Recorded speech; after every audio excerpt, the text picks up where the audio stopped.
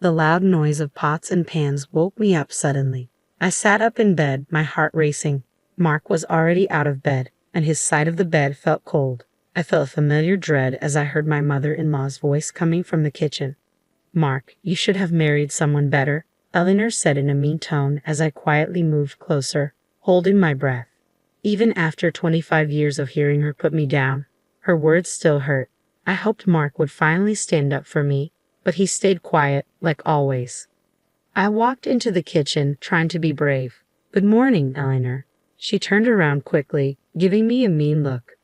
"Oh, look who finally decided to join us," she said sarcastically. Before I could say anything, she started complaining about how I keep the house. She criticized everything from the dish towels to how I load the dishwasher. Mark kept busy with his coffee, avoiding my eyes, even though I was silently asking for his support. "You know, Mark, if you had listened to me years ago, you could have married a woman who knows how to manage a home properly," Eleanor continued with a voice full of disdain. I felt my face turn red with embarrassment and anger. "Why didn't you defend me?" I asked Mark, my voice shaking. "Do you agree with her?" He looked down at the floor, shifting his feet nervously. "Mom, that's enough," he mumbled, but his weak attempt to stop her only seemed to make her bolder. "Don't be so sensitive, Beth," Eleanor said dismissively. "If you can't handle the truth, that's your problem." As she turned back to the stove, I saw the pain in Mark's eyes, but at that moment, I felt deeply betrayed, not just by Eleanor, but also by Mark, who promised to love and protect me. I thought I would have a peaceful weekend to myself while Mark was at his weekly golf game, but just after noon, the doorbell rang. I already knew who it was before I opened the door and saw Eleanor standing there with her lips pressed together in disapproval. "Well, aren't you going to invite us in?" she demanded, gesturing to her husband Gerald, who was standing behind her as usual. I forced a smile. "Of course, come in." They walked past me into the living room, and Eleanor looked around the room as if she were checking for dust. "I decided we should have a family lunch today," she announced, settling in on the couch. My heart sank. So much for a relaxing day off. "That's nice," I said through gritted teeth as I went to the kitchen to make something quickly. Eleanor's voice came from the other room. "Honestly, Beth, I don't know how you can live in such a mess. Have you even cleaned this week?" I took a deep breath, reminding myself not to react, but her criticisms kept coming as I prepared a simple salad and sandwiches. "I'm surprised you even know how to cook," she said as I put the food on the table. "You'd think after all these years, you'd have learned something about being a proper housewife." Gerald stayed silent as usual, but I could feel his quiet judgment. "Why did you have to bring them here on our day off, Mark?" I asked desperately when he got home later. He looked away, shrugging helplessly. She insisted. "You know I can't say no to her." As Eleanor kept criticizing my homemaking skills during lunch, I felt my frustration with Mark growing. Why did he always let her treat me like this? Just when I thought Eleanor couldn't be more intrusive, she announced that she was planning a big family gathering at our house without even asking me. "I've already invited everyone over for dinner next Saturday," she said one afternoon, walking into the living room without asking, as usual. "You'll need to clean this place from top to bottom, Beth. It's a disgrace." I clenched my jaw as she went on and on about how my housekeeping was not good enough. Mark said nothing and pretended to read the newspaper. The week leading up to the dreaded dinner was a nightmare. Eleanor kept coming in and out, criticizing every detail and giving orders about how she wanted things set up. By the time Saturday arrived, I was a nervous wreck. "Why is the table crooked? Fix it," Eleanor snapped as I set out the plates and silverware just as she had instructed. I bit my tongue and straightened the tablecloth with shaky hands. The doorbell rang, and the first guests began to arrive. Aunts, uncles, and cousins I barely knew. Eleanor greeted them all with a big smile, playing the perfect hostess. "Doesn't Beth's home look lovely?" she said to my aunt. "She's worked so hard to get it ready for us." My face burned with embarrassment as the backhanded compliments continued throughout the evening. Whenever I caught Mark's eye, he quickly looked away. After dessert, Eleanor started clearing plates from the table. "Honestly, Beth, I don't know how you managed this meal. The potatoes were so bland." "That's enough," I said, finally reaching my limit. I turned to Mark, who was slumped in his chair. "Why didn't you defend me? Why do you let her treat me like this?" He looked at me helplessly as the room went silent. At that moment, I realized our marriage was at its breaking point. After the disastrous family dinner, I felt like I couldn't take it anymore. Seeing the helpless look on Mark's face while he stayed quiet during Eleanor's attacks was the last straw. I knew I couldn't keep living like this.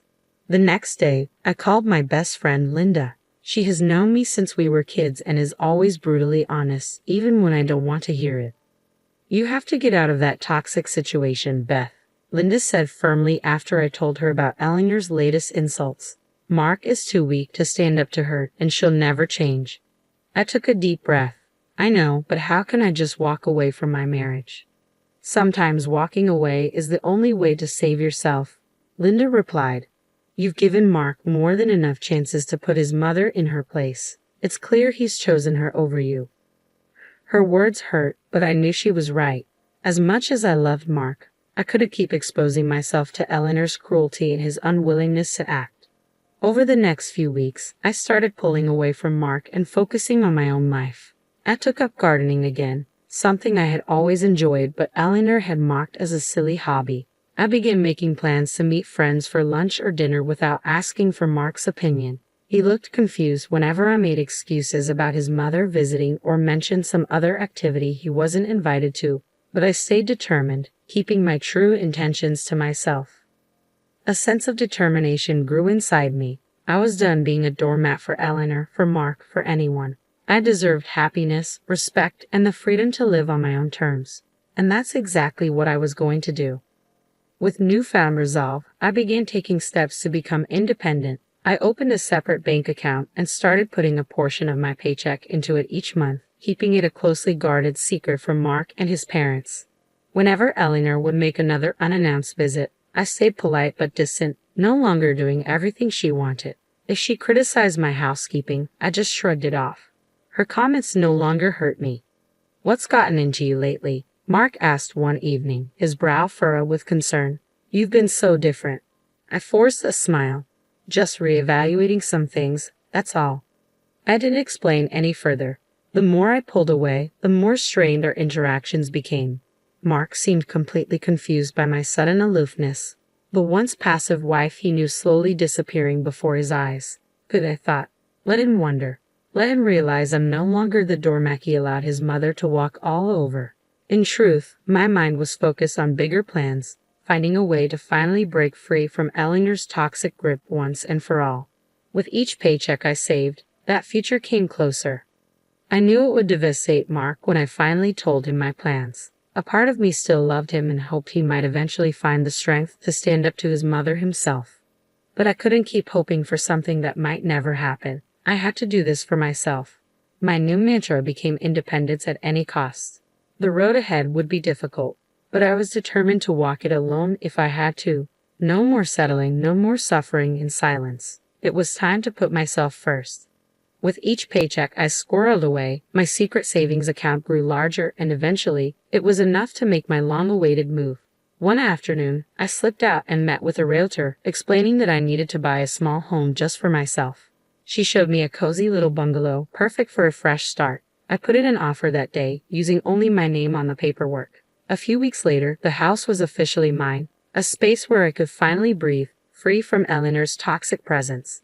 But I knew keeping it a secret was only delaying the inevitable explosion. That night at dinner, I could barely look at Mark without thinking about the news I was about to share.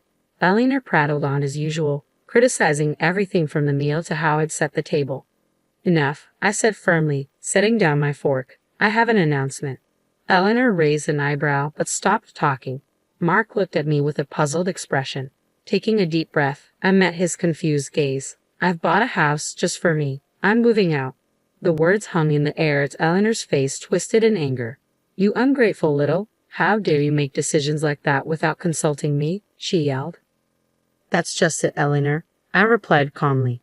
"It's my decision, not yours. I don't need your permission or approval." Mark seemed to shrink in his chair as his mother continued her tirade.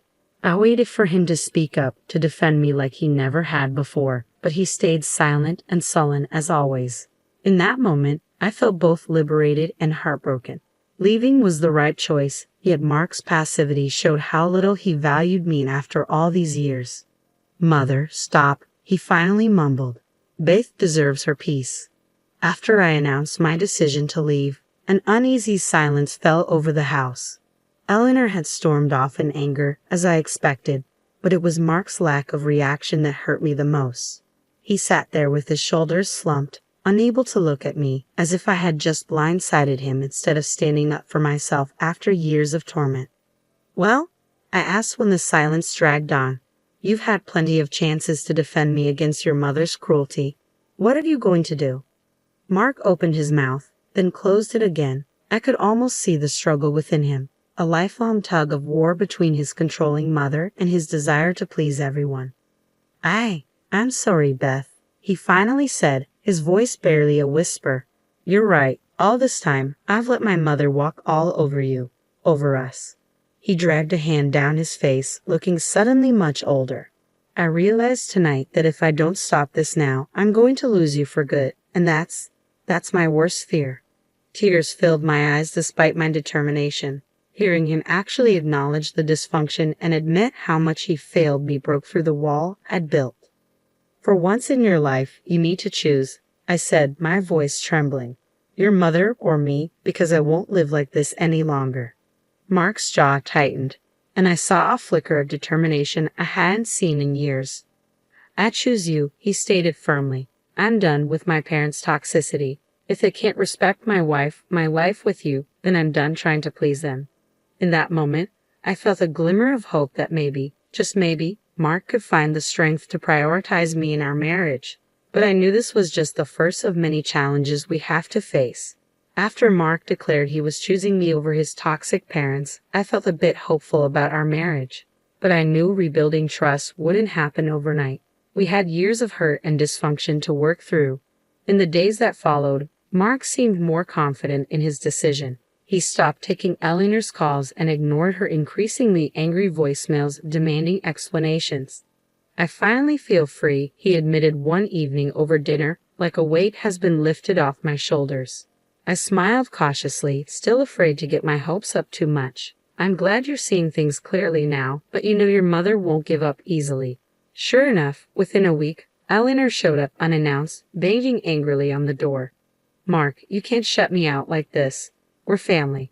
To my surprise, Mark didn't even flinch. He just pulled aside the curtains to reveal her red, angry face and then turned his back. "I think you should leave, Mother," he said calmly. "Beth and I have made our decision." Eleanor continued to shout and argue, but Mark stayed firm. I could see the anger in Eleanor's eyes as she realized she had finally lost her control over her son. After Eleanor stormed off, Mark turned to me with a sheepish smile. "I should have done that years ago. I'm sorry it took me so long to put you first, Beth." Tears welled up in my eyes as I looked at the newly confident man before me, so different from the passive person he had been. "I'm just glad you finally saw the light," I said, pulling him into a hug. It would take time to fully regain my trust, but in that moment, I felt a deep sense of hope for our future. A future for just the two of us, finally free from Eleanor's toxic influence.